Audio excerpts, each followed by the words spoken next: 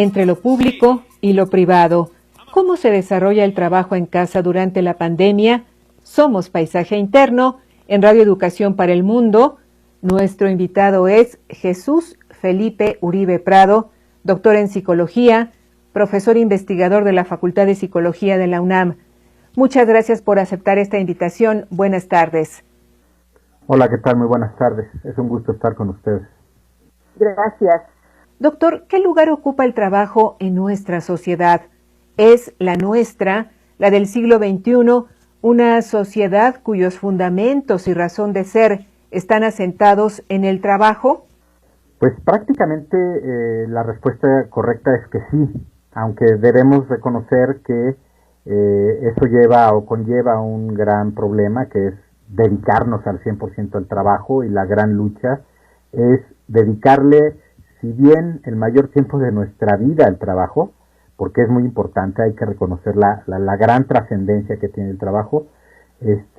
No debemos olvidarnos que hay que apartar algo para nosotros mismos que no tiene que ver con el trabajo, o no debería ver con el trabajo. Justamente por eso que dice, por la importancia que tiene el trabajo en nuestra sociedad y en nuestras vidas, ¿qué tan factible nos resulta separar la vida laboral de los otros aspectos que la componen? Bueno, en realidad yo creo que esto tiene que ver no tanto con el trabajo en sí, sino más bien con el desarrollo integral de todo ser humano, ¿no? Voy a retroceder un paso. El trabajo sí es muy importante en la vida de todo ser humano, inclusive se puede hacer un símil del trabajo en animales, ¿no? Que es el tratar de sobrevivir sería el equivalente desde el punto de vista laboral humano con la supervivencia animal. El ser humano lo que requiere en términos laborales es estar activo, y al ser activo es ser productivo, y ser productivo no es algo fácil, es algo realmente difícil. Y la sociedad pues nos ha impuesto el trabajar de manera individual, de manera asociada, y desde luego con el crecimiento del sistema capitalista pues hemos llegado al trabajo socialmente reconocido como el trabajo en organizaciones, en sociedades específicas. Y esto desde luego nos lleva a un asunto de vital trascendencia en términos de qué tanto debo yo dedicarme al trabajo. La respuesta de un economista sería: tenemos que dedicarnos prácticamente toda la vida. Y es verdad, ¿no? Inclusive el trabajo ha sido la respuesta correcta frente al ocio, frente a los problemas sociales. Y esto pues es la parte difícil de cómo equilibrar esta necesidad social de ser productivo, por un lado, y la otra, la gran necesidad humana y espiritual de ser seres humanos que integramos al trabajo, pero no debemos necesariamente vivir para el trabajo. Con la llegada de esta crisis sanitaria por la COVID-19 y esta recomendación de quédate en casa, desde luego, quienes han podido hacerlo y llevar su trabajo al ámbito de lo privado, ¿cómo es que esta situación transforma la vida laboral de las personas, pero también cómo transforma a la sociedad en su conjunto? ¿Cuáles son esos cambios que estamos experimentando en lo laboral a raíz de la COVID-19? Bueno, en realidad esto también anteriormente ya se llamaba teletrabajo. Posteriormente se le llamó el famoso home office.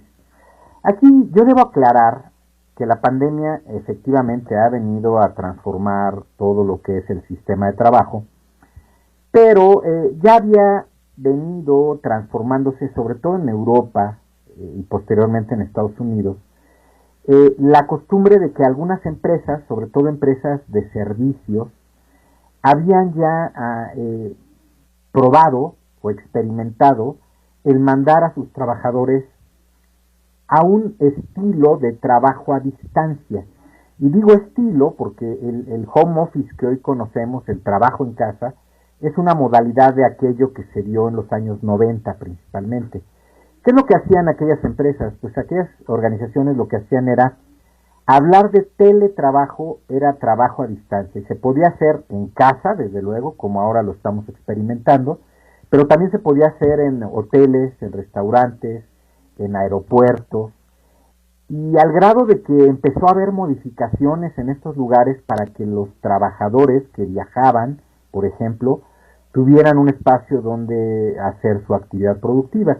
Los hoteles se volvieron famosos porque tenían salas específicas ejecutivas. Desde luego los aeropuertos empezaron a abrir las famosas salas VIP para ejecutivos, y los hoteles, por ejemplo, empezaron a reducir su tamaño para este tipo de gente que solo viaja, duerme y sigue trabajando y sigue viajando, ¿no? Por eso digo yo que no es tan nuevo. Lo habían probado en México, ya había llegado también un poco de esto. Hay hoteles que miden que sus recámaras 20, 25 metros es una cama y el baño, y esto era justamente para gente que iba a trabajar a un escritorio, a un restaurante o a una oficina virtual. Con la llegada de esta pandemia, desde luego, aquellas empresas, voy a mencionar por ejemplo los bancos europeos, los bancos norteamericanos ya traían esta costumbre. En México hace 2, 3 años yo ya tenía conocimiento de que estaban probando el trabajo a distancia con el famoso home office, con muchos problemas porque la gente no lograba adaptarse. Y la pandemia lo que hizo es incorporar a todos los que no se habían incorporado, los que ya lo habían hecho lo retomaron porque ya lo habían experimentado, y entonces en este momento lo que tenemos es una mezcla de organizaciones que ya sabían, unas de fácil adaptación y otras a las que les ha costado y les va a costar muchísimo trabajo por diversas causas. Una, porque no tienen hábitos o costumbres específicos entre sus trabajadores para llegar a este tipo de características. Otro, porque el trabajo definitivamente no lo permite, que es el trabajo realmente operativo, es el trabajo de las fábricas, es el trabajo manual. Y otros, los que tienen resistencia. Estoy hablando en general, porque esto se da tanto a nivel de patrones, es decir, de empresas, pero también desde luego se da por parte de los trabajadores, ¿no? O sea, hay este tipo de adaptaciones por resistencias naturales, y aquí encontramos ya la parte muy humana, ¿no? Yo puedo decir que estas resistencias o estos problemas, cuando dependen del trabajador, tiene más que ver a veces, por ejemplo, con la edad. Yo conozco gente de edad avanzada, edad adulta, muy adaptados a las computadoras, muy adaptados a la tecnología, pero también debo reconocer que habemos un grupo de edad que definitivamente no es fácil adaptarnos, ¿no? Entonces ahí empezamos a tener las primeras resistencias. Las resistencias son muchas veces por habilidades no desarrolladas a lo largo del tiempo, y no de ahorita, sino más bien de experiencias hacia atrás, ¿no? Lo mismo podría yo decir de los jóvenes de las últimas generaciones, voy a decir probablemente gente que tenga ahorita entre los 15 y los 30 años de edad. El trabajo en casa, independientemente de qué implica estar en casa, el asunto de la tecnología y de compartir vía internet o vía telefónica, etcétera, también es mucho más fácil, ¿no? Son estos dos grupos que desde luego muestran esas habilidades. Pero hay un grupo que probablemente no sea la edad la gran variable o la gran diferencia, sino en estos grupos la gran diferencia puede estar en la cultura con la que hemos avanzado en términos tecnológicos o laborales. Entonces aquí pues encontramos también cierta lógica entre que una persona más ejecutiva y una más operativa, pues desde luego tiene mayor grado de adaptación la ejecutiva porque está más familiarizada, independientemente de la edad. Por otro lado, también tenemos la personalidad, ¿no? El asunto de la personalidad Hay personas que son más extrovertidos y que la necesidad de tener contacto con los demás es mucho más inmediata, y esto de ahora tengo que quedarme en casa y no tener contacto con la gente puede ser un asunto muy muy difícil, aunque eso también puede ser un gran motivador para la expansión de las redes sociales, ¿no? O sea, quien no usaba Facebook ahora aprendió a hacerlo, quien no usaba WhatsApp pues ahora se comunica con todos por WhatsApp. Entonces empieza a haber una mezcla muy interesante que tiene que ver con la personalidad, que tiene que ver con las habilidades, que tiene que ver con el tipo de organización, y aquí voy a meter nuevamente otro tipo, con las características sociofamiliares, ¿no? Desde luego, si se dan cuenta, empiezo a tocar muchos temas, pero ¿qué es lo sociofamiliar? Pues no es lo mismo que haya 10 personas en pandemia en un departamento de 70 metros cuadrados, a que haya 3 personas en una casa de 140 metros cuadrados, con el internet sin problemas, y que tenga que compartirlo 2 personas, mientras que en la familia de 10, pues ¿cómo le van a hacer para compartir una computadora entre, pues a lo mejor de los 10 necesitan la computadora al mismo tiempo 3, y se me puede saturar el internet, o no es la compañía que da el mejor servicio? Entonces empezamos a tener nuevamente problemas personales, problemas sociofamiliares, problemas estructurales, problemas organizacionales, y esto es lo que genera, pues no quiero decir la parte mala, pero sí la parte compleja del trabajo en casa, ¿no? Es decir, cómo hacer para que todas estas variables puedan tener una serie de desarrollo más o menos productivo, como se espera que todos seamos, por un lado, y por otra, en términos de salud mental, que esto no deteriore ni mi forma de ser ni mi relación con los demás, ¿no? Incluyendo aquí algo interesante que son los jefes. Pues varios aspectos los que usted plantea, todos ellos dignos de análisis. Si le parece, para ir avanzando, preguntarle cómo es que nos tenemos que organizar, no solo materialmente, lo cual quizá debería ser motivo de otro programa, sino mentalmente, cuando el espacio de trabajo es uno y el de la vida privada es otro, y cuando finalmente ambos se funden. ¿Cómo damos este salto hacia la adaptación? Sí, su pregunta es la pregunta, como dirían en la antigüedad, ¿no? De los 64,000 pesos, o sea, del gran premio de aquella época. ¿Por qué? Porque no solo se trata de organizarse mentalmente, o sea, aquí sí hay que reconocer que se necesita una estructura de la cual ahorita no vamos a hablar, pero que desde luego ahí está y que es la que facilita las cosas, ¿no? Pero ahora, mentalmente, ¿qué es lo que yo creo que sí va a votar en estos tiempos? Mire, número uno son los procesos de adaptación. Y los procesos de adaptación sí son un fenómeno social, pero son un fenómeno individual. ¿Por qué de adaptación? Bueno, esto tiene una historia muy, vamos a decir, que de gran inicio biológico y posteriormente social. La evolución, en términos generales, es adaptación.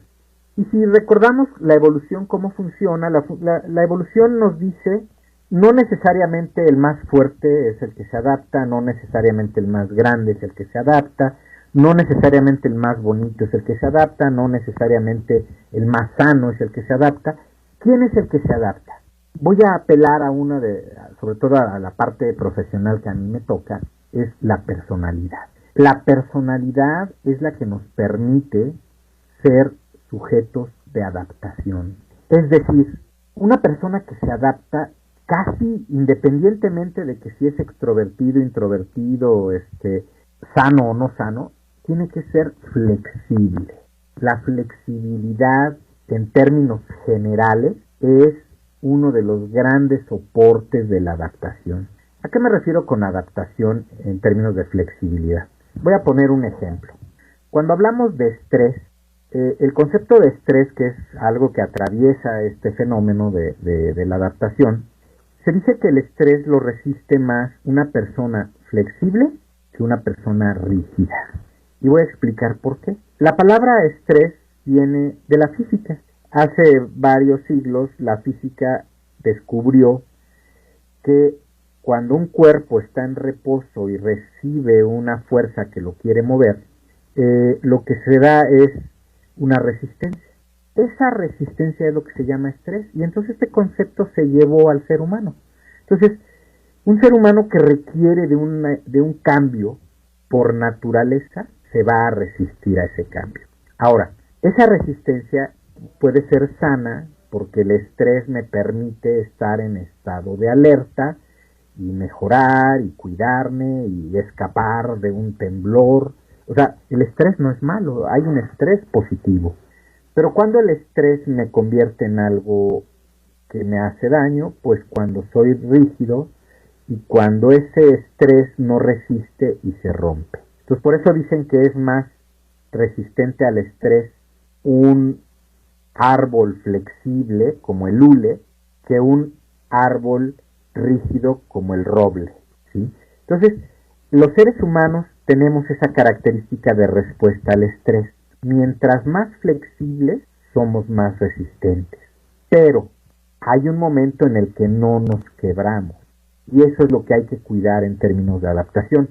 Lo que puede estar sucediendo ahorita con la pandemia es que hay mucha gente que somos muy estrictas y que queremos nuestro espacio privado en casa. Sí, pero cuando tenemos un Zoom o un Skype que se mete hasta la cocina, resulta entonces que el perro ya no tiene derecho a ladrar, resulta que el de la ropa vieja ya no tiene derecho a gritar, porque me incomoda, porque a mis jefes no les gusta, porque no oigo bien.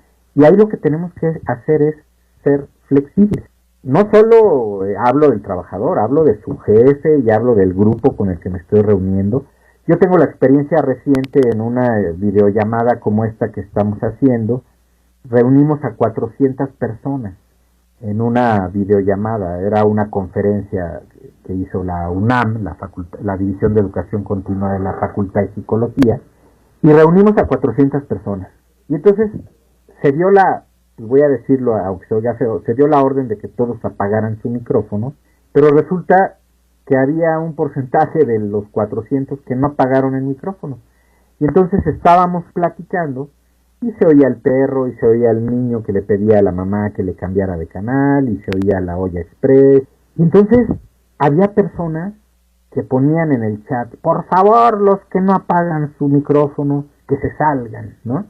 Y había otros que decían, pero pues ni modo, así es, hay que intentar escuchar, ¿no? Entonces, ¿cómo mediar entre esta rigidez y esa flexibilidad? Pues lo único que a los psicólogos nos queda es razonar básicamente que si nos volvemos rígidos, el estrés nos va a quebrar. Rígidos en cuanto a que si funciona la computadora, en cuanto a si que los ruidos se aíslan, en cuanto a que si estoy haciendo un programa de radio no debe zumbar ni una mosca. O sea, esa flexibilidad es sumamente vital, es muy importante, ¿sí? Siguiendo por ese camino de qué tenemos que hacer en términos de adaptación, ahí esto es parte de la personalidad, ¿no? Pero hay algo que también se vuelve importante, que son los ambientes. Desde luego los ambientes, en psicología se ha desarrollado últimamente una corriente que es la psicología ambiental, justamente que es una mezcla entre arquitectura, ergonomía, psicología y salud mental, ¿no? ¿Y qué es lo que nos dice este asunto de los ambientes? Pues que hay ambientes favorables para que la gente se pueda desarrollar y hay ambientes que no son favorables e inclusive hay ambientes restauradores que ayudan a que la gente se desarrolle o se desempeñe correctamente. ¿A qué me refiero con esto? Un espacio que tenga un jardín, pues es benéfico, da calma, da tranquilidad. Aquí están surgiendo muchas teorías que los de mercadotecnia habían aprovechado para efectos de consumo. Por ejemplo, hay que pensar nuevamente en los colores. hay colores que generan tranquilidad, hay colores que generan ansiedad, hay ambientes que en términos olfativos son más agradables que otros, hay muebles que facilitan la comodidad, y todo eso lo encontramos desde luego en las oficinas, pero ahora que nos mandan a casa, pues descubrimos que cuando estamos los 10 integrantes de la familia en un mismo lugar, tenemos muebles muy grandes, o los tenemos muy pequeños, o tenemos las sillas que son incómodas después de una hora, o tenemos un ambiente en el que hay demasiado ruido, pero no porque mi casa produzca el ruido, sino porque vivo en periférico, o vivo junto a Avenida Insurgentes, que además genera polvo. Es decir, empezamos a descubrir, ahora sí que retomando el concepto de lo público y lo privado, voy a decir algo interesante, empiezo a descubrir lo público desde lo privado, ¿sí? Y eso me empieza a hablar de lo que yo pocas veces a lo mejor me detenía a razonar, que es mi casa, mi lugar en el que actualmente trabajo, pues no es un lugar cómodo, no es un lugar limpio, no es un lugar tranquilo, no es un lugar acogedor, no es un lugar espacioso. Entonces esto empieza a cuestionarnos muchas cosas de la vida cotidiana, pero que a veces no vivíamos porque en nuestras casas solo llegábamos a partir de cierta hora a comer, a dormir, a descansar o simplemente a estar un rato, ¿no? Entonces, son cosas que se empiezan a dar. Por un lado, esta parte de la flexibilidad de la personalidad y ahora el ambiente. Y nuevamente, es complejo esta parte de cruzar los ambientes con las personas. Y quisiera yo también mencionar que con esto de la pandemia empiezan a salir retos y temas a entender. Por ejemplo, ¿qué sucede cuando la gente tiene ciertas patologías o enfermedades físicas y mentales que tampoco me permiten estar encerrado, por un lado, o sentado, o inclusive en aislamiento de la gente, ¿no? Y lo que son de los grandes problemas que van a votar ahora que la pandemia nos permita ver todo lo que sucedió o está sucediendo en las casas. Y quiero hablar particularmente de patologías, porque eso me permite hablar de otros temas que seguramente se van a cruzar en el futuro. Hablo particularmente de la violencia, ¿no? O sea, yo creo que hay mucha gente que somos violentos y que no lo sabíamos, pero el día que estamos en confinamiento, en hacinamiento, pues esa violencia sale. Hay gente que somos obsesivos. Yo creo que todos ahora hemos descubierto quién es más obsesivo que otros, ¿no? La patología de la obsesión y de la compulsión, independientemente de pandemias, siempre han existido, ¿no? O sea, siempre hay gente normal con fobias, gente normal con manías, qué miedo a las bacterias, qué miedo a lo sucio, qué miedo a tocar cosas de la calle, y la gente se lava las manos. Pero ahora con la pandemia, algunas personas con ciertas patologías están justificando sus patologías, ¿no? Y entonces, ¿qué significa? Que lo que antes podía ser patológico ahora resulta que es lo sano. Pero la gente que no tenía patologías, ahora le cuesta trabajo ser obsesivo. Entonces ahí empiezan a brincar las grandes diferencias, porque las patologías o se acrecentan y se justifican, y se vuelve ahora más difícil, porque ahora que salgamos de la pandemia yo les puedo garantizar que más de uno van a quedar obsesivo-compulsivos. Más de uno. Y no sabemos por cuántos años. Y viceversa, los que no lo eran, ahora lo estamos siendo de manera forzada, porque ahora hay que lavarse las manos, ya no hay que besar a la gente, ya no hay que abrazarla. Entonces, esto nos va a llevar a patologías, yo pienso, nuevas, adquiridas, y que no sabemos hacia dónde van. Estamos como con la vacuna, ¿no? La vacuna ahorita se dice que qué bueno que ya hay vacuna, el problema es que no se sabe cuáles van a ser las consecuencias de la vacuna. En esto del confinamiento yo hago una similitud. Qué bueno que el confinamiento un día tendrá que acabar. Lo que no sabemos es cuál va a ser el resultado de haber estado en confinamiento en determinado tiempo según sea el caso. Esta es una emisión grabada de Somos Paisaje Interno. El tema de este día, entre lo público y lo privado, cómo se desarrolla el trabajo en casa durante la pandemia. Nuestro invitado es el doctor en psicología Jesús Felipe Uribe Prado. Si quiere comunicarse con nosotras, envíe por favor un mensaje a nuestras redes sociales. Nos encuentra como Somos Paisaje Interno.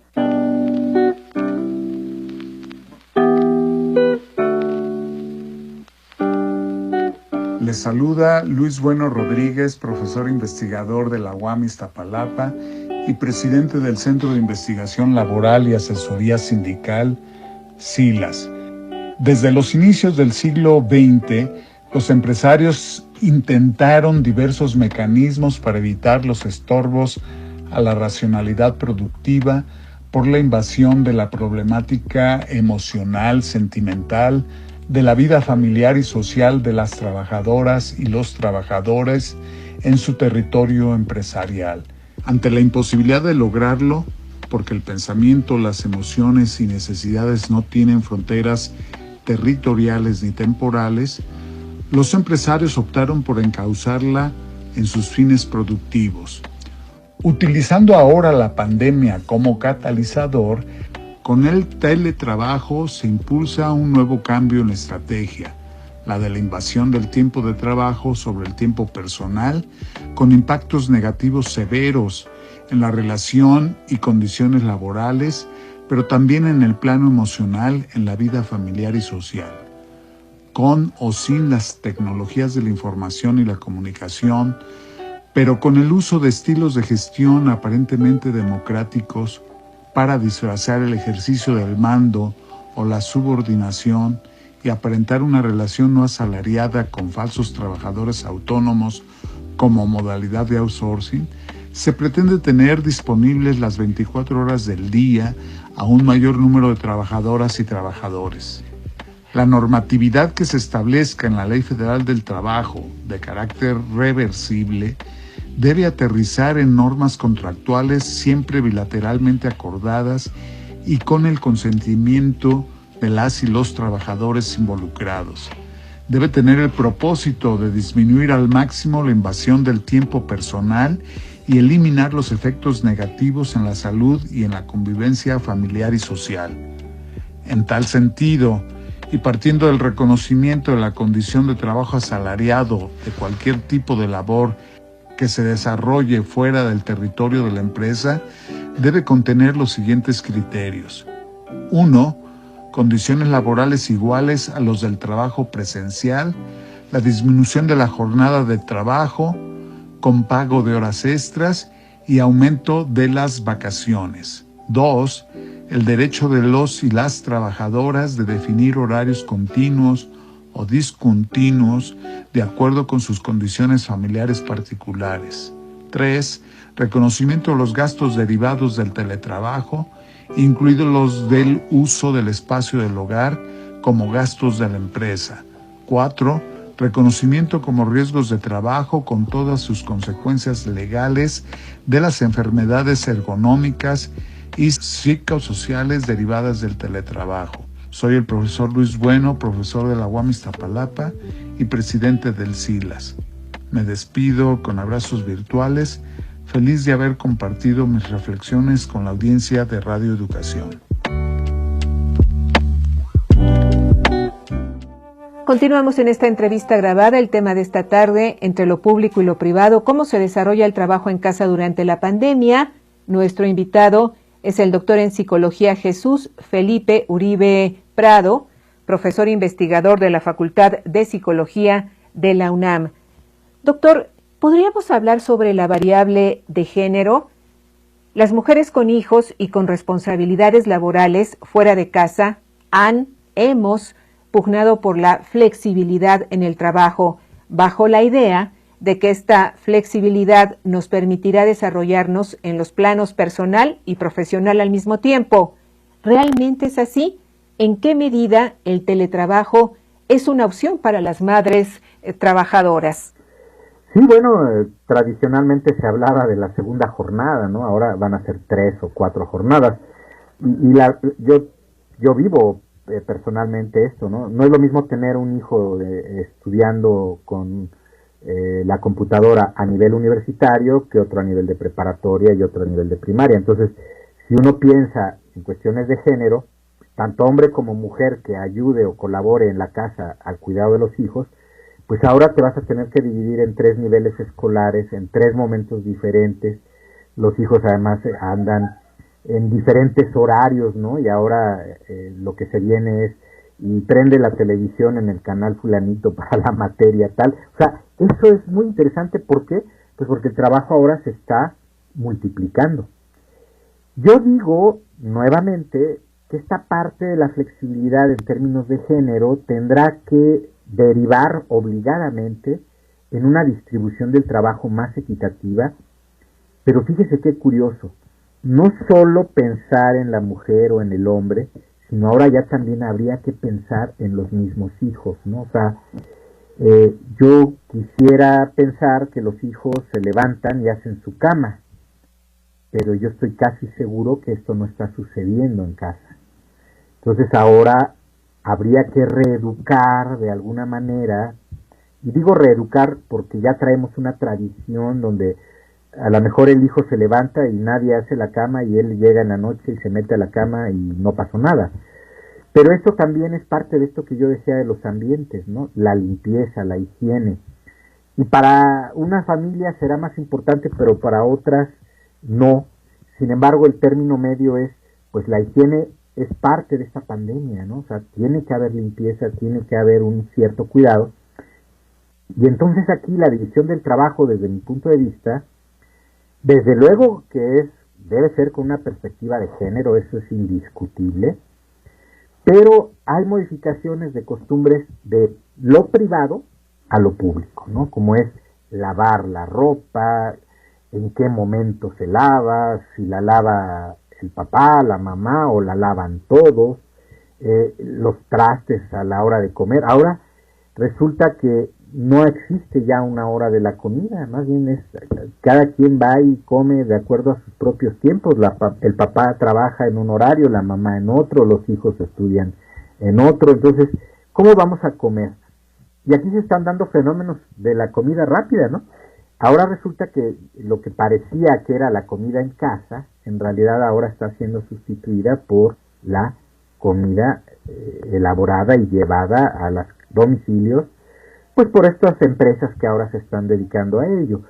Entonces, sí hay una reestructura de género, pero yo lo veo en términos mucho más integrales, de que ahora es todos a jalar parejo, o sea, ya no se trata solo de igualar, porque eso yo creo que es un problema tradicional, sobre todo en países como el nuestro, ¿no? De un machismo pues muy digamos adoctrinado, ¿no? Desde muchos años hacia atrás, pero ahora esta igualdad pudiera empezar a ser algo realmente novedoso, ¿no?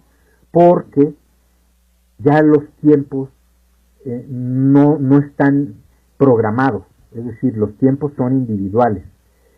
Y esto yo tengo la experiencia personal de que mi mujer, por ejemplo, tiene un horario de oficina muy diferente al que puede tener un académico. Ella lo puede tener más fijo, yo lo puedo tener más libre. Mis hijos, por ejemplo, uno a nivel universitario tiene un horario con flexibilidad y el que está en la prepa no tiene flexibilidad y empieza a las 7 de la mañana. Y hay algo aquí que empieza a surgir también como un problema que no estoy seguro que sea estrictamente de género, pero es ¿y a qué hora vamos a convivir si todos tenemos obligaciones laborales, educativas y ahora familiares, cuando se suponía que convivíamos dentro de casa porque todos estábamos fuera, ¿no? Y entonces aquí viene un problema y que yo no sé si el patriarcado o el matriarcado de manera particular se encarga de liderar estas cosas, ¿no? Es decir, ¿a quién nos vamos a ajustar? ¿Al papá? ¿O nos vamos a ajustar a la mamá? ¿O nos vamos a ajustar al universitario? ¿O nos vamos a ajustar al chiquito? Es decir, estas cuestiones de género que a lo mejor sí tienen que ver con hombre, mujer, o preferencia sexual, o a lo mejor ciertas características combinadas de que si soy hombre pero tengo un horario fijo, o si soy hombre pero tengo un horario flexible, o soy la mamá y estoy en casa pero ahora resulta que estoy atendiendo a todos los que tienen actividades externas. Entonces, aquí la gran pregunta es alrededor de qué se va a centrar o de quiénes. Y aquí el género yo creo que va a ser algo que tendrá que dar mucho trabajo de investigación al respecto, ¿no? Doctor, en este escenario que usted ha planteado, ¿cuál debería ser, cuál es la responsabilidad de las empresas ahora que se está avanzando en materia de teletrabajo? Hablo de una responsabilidad, desde luego, frente a sus trabajadoras y trabajadores. Sí, esto afortunadamente soy un investigador que ha seguido justamente estos asuntos laborales desde hace muchos años. La Organización del Trabajo y la Organización Mundial de la Salud hicieron una definición en conjunto en el año de 1984 muy interesante que ahora cobra mucha fuerza. Esta definición la hicieron de salud mental y se la voy a decir, la salud mental es todas aquellas actividades que hacen que el trabajador sea productivo, pero en términos de salud mental no solo es con ausencia de enfermedad, sino de percepción de bienestar. Y lo más interesante es para el trabajador y para su familia. O sea, toda esta conceptualización de salud mental en el trabajo ya existe desde 1984 para la Organización Internacional del Trabajo y para la Organización Mundial de la Salud. Es decir, no solo es que no haya enfermedades, sino que además tenga percepción de bienestar el trabajador y su familia. ¿Qué implica esto? Bueno, afortunadamente en el ámbito internacional y México ya ha retomado al menos algunas normas muy importantes. Por ejemplo, tenemos la norma 025 de la sociedad civil, que es la de igualdad de género y prevención de discriminación o prevención de discriminación, lo cual obliga a las empresas a prevenir este tipo de cosas. El asunto está que ahora en casa, pues esto ya no es tan fácil de llevarlo, pero las empresas están obligadas. Por otro lado, las empresas también, de acuerdo a la norma 04 de la Secretaría del Trabajo, está obligada a que exista un expediente clínico, ¿sí? Por parte de la empresa hacia sus trabajadores. Eso también es bueno porque esto le da pauta a las empresas a conocer el estado de salud físico y mental de sus trabajadores. Una norma muy importante que recientemente se puso, vamos a decir que hasta de moda, es la norma 035 de factores de riesgo psicosocial, que incluye el ambiente de trabajo y la violencia laboral. Esta norma 035 surgió apenas hace 2 años y que ahorita muchas empresas pues dedicadas a la pandemia están medio descuidando un poco, pero es una norma que obliga a las empresas a cuidar el ambiente y a cuidar los factores de riesgo psicosocial, que incluye, entre otras cosas, los conflictos del trabajo con la familia, y que incluye el estrés, y que incluye los problemas de supervisión y de liderazgo. Es una norma muy interesante. Existe también una norma 08 que tiene que ver con las emergencias para prevenir enfermedades y accidentes de trabajo. Estas normas 08 que es de la SCFI, igual que la de igualdad y previsión contra la discriminación, son normas que a lo mejor en cierto tipo de empresas son valiosas, sobre todo las que pueden sufrir muchos accidentes, incendios y demás, pero que es importante para efectos de control de todo trabajador en todo tipo de empresas. Por otro lado, el Instituto Mexicano del Seguro Social, afortunadamente, con ayuda de la Secretaría del Trabajo, están emitiendo una serie de recomendaciones, vamos a decir que no son obligatorias todavía, pero son recomendaciones de cómo trabajar en este periodo de pandemia. Y más allá de que pudieran sonar un poco acartonadas y light, cuando me puse yo a revisarlas, encuentro que hay una buena intención. Por ejemplo, el Instituto Mexicano del Seguro Social y la Secretaría del Trabajo emiten un documento que dice, pues para el trabajo en casa lo que tienes que hacer es programar tus actividades. Suena simple programar tus actividades, pero es como llevar tu agenda. Si llevas tu agenda en tu casa así como la hacían en la oficina, puede que te sea un poco más sencillo también el trabajo en casa. Ahora, no solo agendes, también compagina o integra las agendas de la gente que está en tu casa para que sepan cómo se van a organizar. Yo digo que esto suena muy idealista, muy utópico en determinado momento, sin embargo, no es una mala idea. O sea, no quiere decir que no se pueda intentar. ¿Por qué?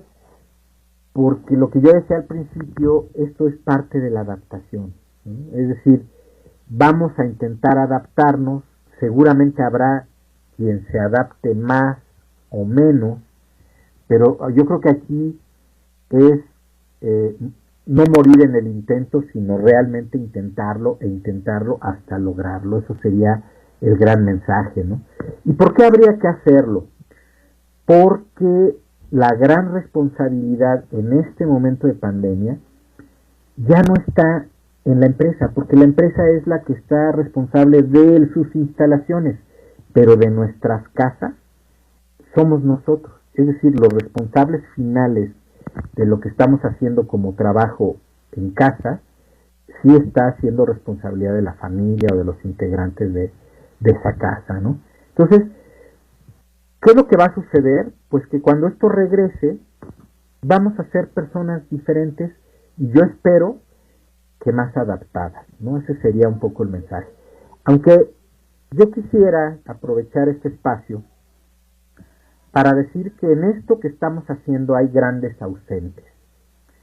Yo digo que desde luego el gobierno, el Estado, para ser más preciso, pues tiene grandes ausencias, ¿no? O sea, independientemente de reconocer que ahorita hay una gran labor por parte de la Secretaría del Trabajo, del IMSS, para esta adaptación del confinamiento, pues hay que reconocer que antes de la pandemia no existía nada, ¿eh? Lo vivimos con los hospitales y con las emergencias y con los medicamentos. Entonces, ahí el Estado, si bien ahorita está haciendo un buen esfuerzo, hay que reconocer que no nos había preocupado como Estado un tipo de problema como el que estamos viviendo. Pero más importante es el gran ausente que son los sindicatos. En mi opinión, el gran ausente en este momento en México, porque en otros países yo he seguido a sindicatos en otros países y no es lo mismo, pero el gran ausente en México son los sindicatos. Y voy a decir por qué. Si usted abre un libro de economía política, va a encontrar que los grandes actores de la economía y la política son el Estado, los empresarios y los trabajadores y los sindicatos. Solo que los sindicatos patronales sí han cumplido, sí han intervenido, sí han exigido, sí están presentes. Lo vemos en Canacintra, lo vemos en Concanaco, lo vemos en todo este tipo de confederaciones patronales que son muy activas, ¿no? Y que hasta quieren ser presidentes. Pero los sindicatos de los trabajadores, yo le pregunto al público, ¿quién ha escuchado un pronunciamiento de los representantes de los trabajadores? Ya no diría yo a favor, sino en contra de las cosas malas que están sucediendo en la pandemia.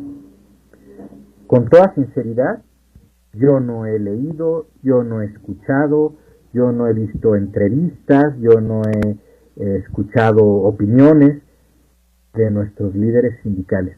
¿Por qué? ¿Y por qué son importantes? Porque se supone que son los representantes de los trabajadores y que en este momento deberían de estar preocupados por la salud física y mental de todos los trabajadores en México. Entonces, en mi opinión, los grandes ausentes son los sindicatos. Y me atrevo a decir que los sindicatos no solo han sido ausentes ahorita, sino han sido ausentes en los últimos 40 años, por no decir que la etapa neoliberal, ¿verdad? Pero, y desafortunadamente es una realidad en este momento. Doctor, ¿cómo lo seguimos en redes sociales? ¿Cómo podemos tener acceso a los materiales que usted genera en torno al tema que hoy tratamos, teletrabajo y el cuidado de la salud mental? Sí, bueno, yo en Facebook aparezco así como Felipe Uribe Prado. Tengo muchas publicaciones, de hecho en internet encuentran libros que yo he generado a partir de este tipo de cosas. Yo he investigado los factores psicosociales en el trabajo desde hace más de 15 años. Tengo diversos libros sobre violencia laboral, sobre estrés, sobre el trabajo y la salud. No sé, en los últimos 10 años tengo diversos libros, tengo pruebas psicométricas. Y por mi correo electrónico, con todo gusto, uribe.pjf@hotmail.com, ahí pueden también comunicarse conmigo. Rápidamente, ¿nos podría dar algunas recomendaciones para cuidar nuestra salud mental mientras estamos en casa realizando teletrabajo? Sí, como no, con gusto. Mire, la Secretaría de Trabajo ha emitido, afortunadamente, varios textos muy interesantes que van dirigidos tanto a empresas como a trabajadores de cómo programar estas actividades laborales. Por otro lado, el Instituto Mexicano del Seguro Social ha hecho un gran trabajo con documentos relacionados con el COVID para que la estancia en casa y los que están trabajando en sus diversas modalidades se sigan preocupando. Pero mi opinión es, como profesional de la psicología y de la salud mental, es que seamos muy adaptativos, que podamos hacer intervenciones oportunas pensando en nuestra salud mental y en nuestra seguridad. Yo pienso que la primer cosa que se tiene que pensar como trabajador es que para ser productivos tenemos que estar sanos. Esto nadie nos lo va a poder negar. Entonces, primero cuidémonos a nosotros mismos y así ayudemos a la familia y ayudemos a las empresas y a nuestro trabajo a conservarlo también, ¿no? Pues agradecemos mucho a nuestro invitado, el doctor en Psicología Jesús Felipe Uribe Prado, su presencia en este espacio y nos despedimos.